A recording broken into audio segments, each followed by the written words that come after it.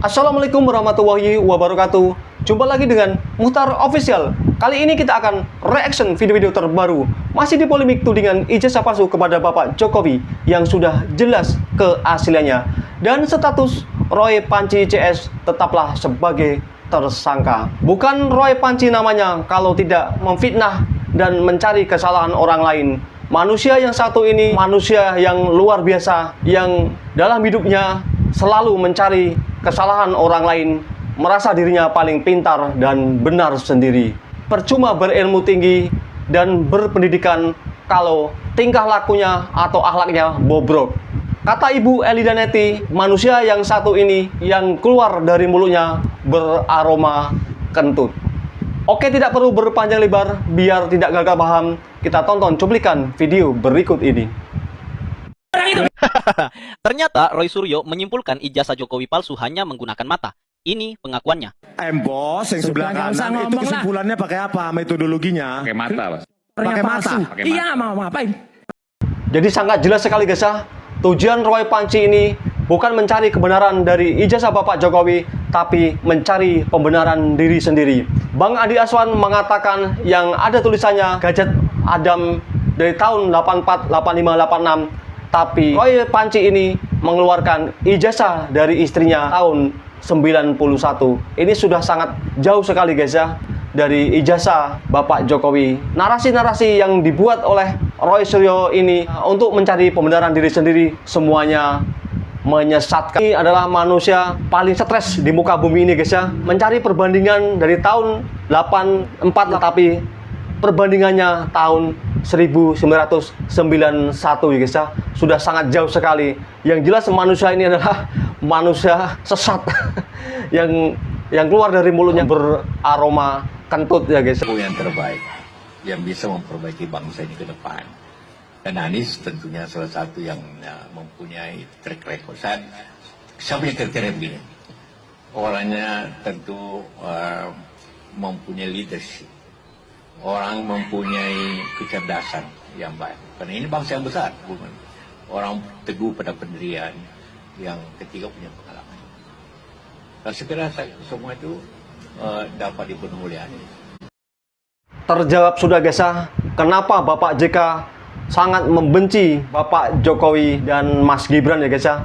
Ternyata Bapak JK ini pendukung berat Anies yang kalah Pilpres di 2024 melawan Bapak Prabowo dan Mas Gibran. Dan Bapak JK ini sangat kecewa sekali. Makanya dia secara tidak langsung mendukung Roy Suryo yang memfitnah ijazah Bapak Jokowi asli dikatakan palsu. Ciri-ciri pemimpin yang sangat berbahaya dan menyesatkan ada di dalam Anies Baswedan. Dan ini harus saya katakan berulang-ulang di dalam video-video saya. Karena apa? Sangat berbahaya jika kalian memiliki sosok pemimpin seperti Anies Baswedan. Pengikutnya seperti ini. Benar sekali guys ya, apa yang dikatakan oleh Ibu JJ anak jenderal ini bahwa Anies Baswedan adalah seorang pemimpin yang sangat berbahaya guys ya. Tapi kenapa pengikutnya seperti ini? Seperti orang yang tidak pernah dididik dalam beretika. Dan untung saja guys, Anies Baswedan ini tidak menjadi presiden Republik Indonesia guys ya. Kalau dia menjadi presiden, waduh, hancur negara ini guys ya. Kalau kita jeli, kita akan mengetahui bahwa di setiap pemilihan kata Bapak Anies Baswedan adalah penuh kebencian. Yang jelas Gibran ini ngakalin. Mas Nunsewu. Mana? Udah wali kota Solo, wapres. Itu nanti diperiksa. Kalau mereka salah, KPU sekarang kayak KPU Bagaimana sekarang. jika Mas Roy yang salah? Oh ya nggak apa-apa. Ayo tuntut saya kalau salah.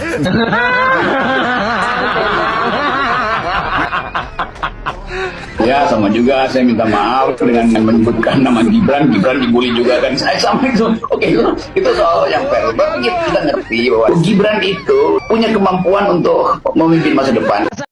Kalau melihat video dari Rocky Gerung ini sudah merapat ke pemerintahan Prabowo Gibran, tentunya mereka akan setruk dan merasa sakit hati guys ya. Karena dulu Dr. Tifa Tifu pernah minta bantuan dari Rocky Gerung ini untuk membekengi Dr. Tifa. Tapi nyatanya sekarang Rocky Gerung ini sudah minta maaf kepada Mas Gibran. Desa yang merasa dirinya sebagai bangsawan tapi akhlak dan kelakuannya bejat, yang keluar dari mulutnya tidak pernah ada kebaikannya sama sekali. Semuanya fitnah dan cacian terhadap orang lain. Itulah Roy Panci namanya, guys ya. Saat ini saya menyiapkan segala sesuatunya untuk bahan nanti di pengadilan, khususnya buku saya.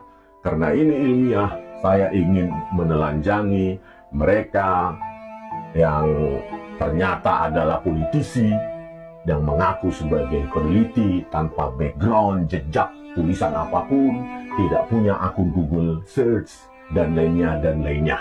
Ya, kita akan telanjangi, kita akan kupas. Rismon Sianipar akan telanjangi.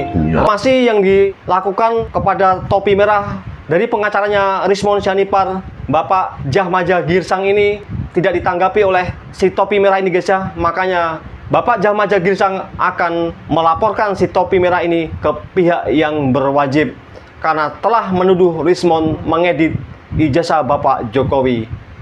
Roy Suryo dan pengacaranya semua sama, guys ya, tidak memberi kesempatan orang lain untuk menjelaskan dalam suatu debat. Mereka selalu memotong. Hal ini memang trik mereka ya, guys ya, untuk mengalihkan pemikiran orang lain biar tidak fokus untuk menjelaskan dari perdebatan itu sendiri, guys. Makanya si Gofur Sangaji ini sengaja memotong pembicaraan dari Ibu Elinda Neti. Bermusuhan. Saya tegaskan sekali lagi, by law, bukan by asumsi ibu. Turut tergugat dari Polda Metro Jaya dan dari UGM. Dalam gugatan itu apa yang ingin Coba pertanyaannya lebih mengarah ya.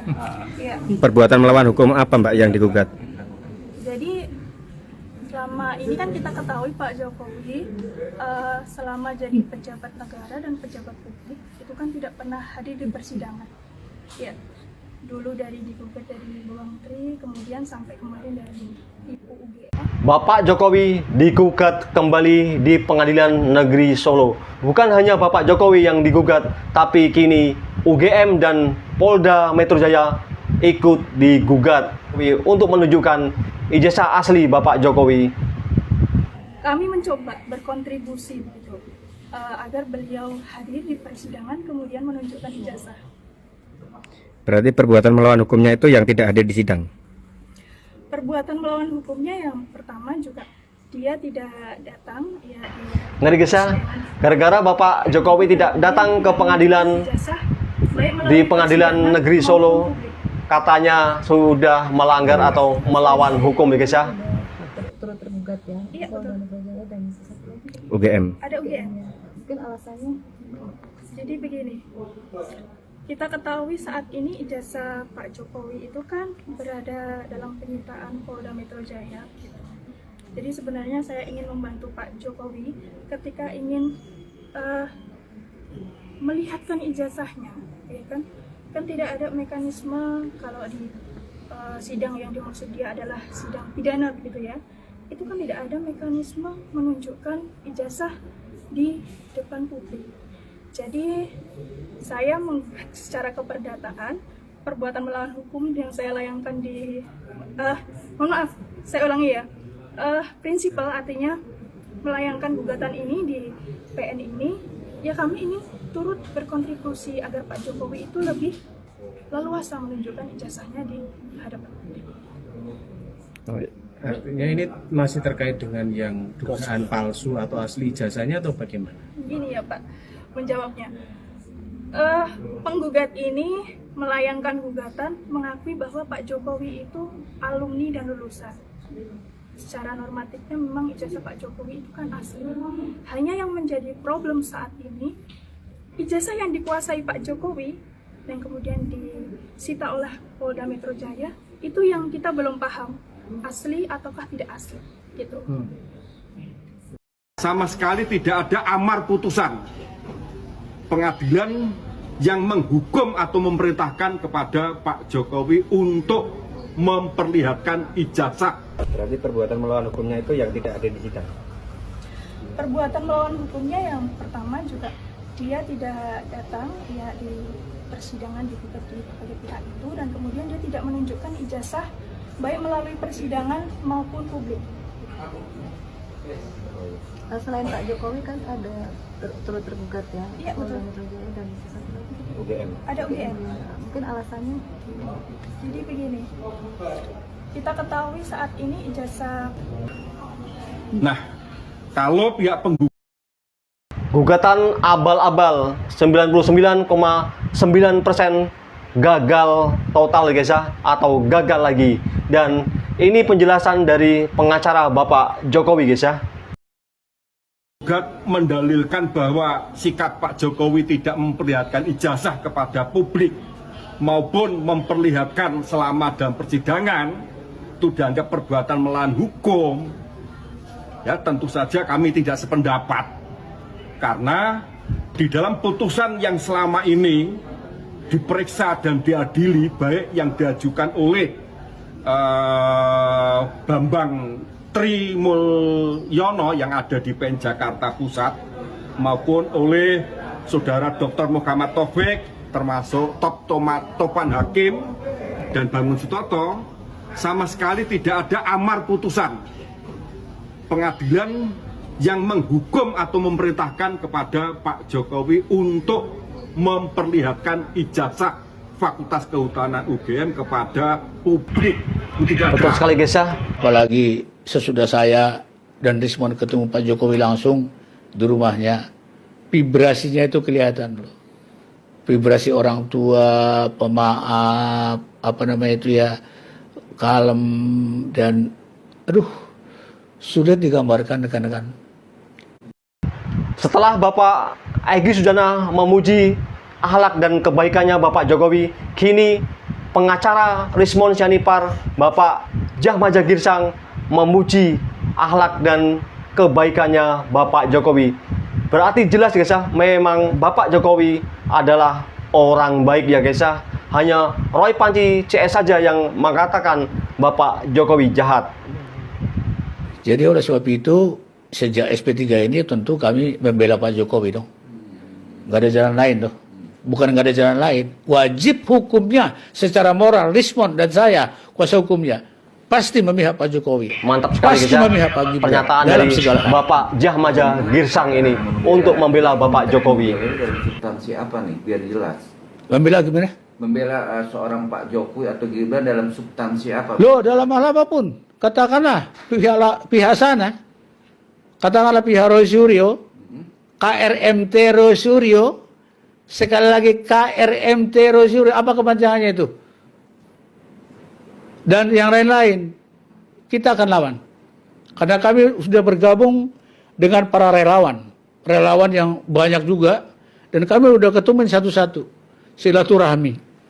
Ada kelompok-kelompoknya, tapi itunya sama tujuannya. Itu cara perlawanan kami. Betul bisa. Baik itu di darat, baik itu di udara, baik itu di layar TV, baik itu di YouTuber. Loh, karena Rismon sudah berjuang untuk itu.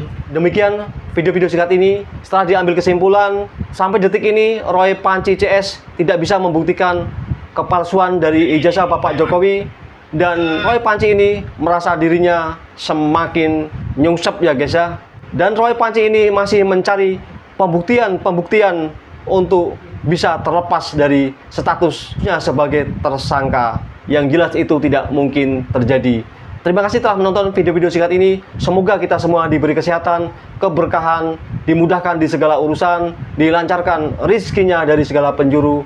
Tentunya sukses selalu untuk kita semua. Salam waras. Wassalamualaikum warahmatullahi wabarakatuh.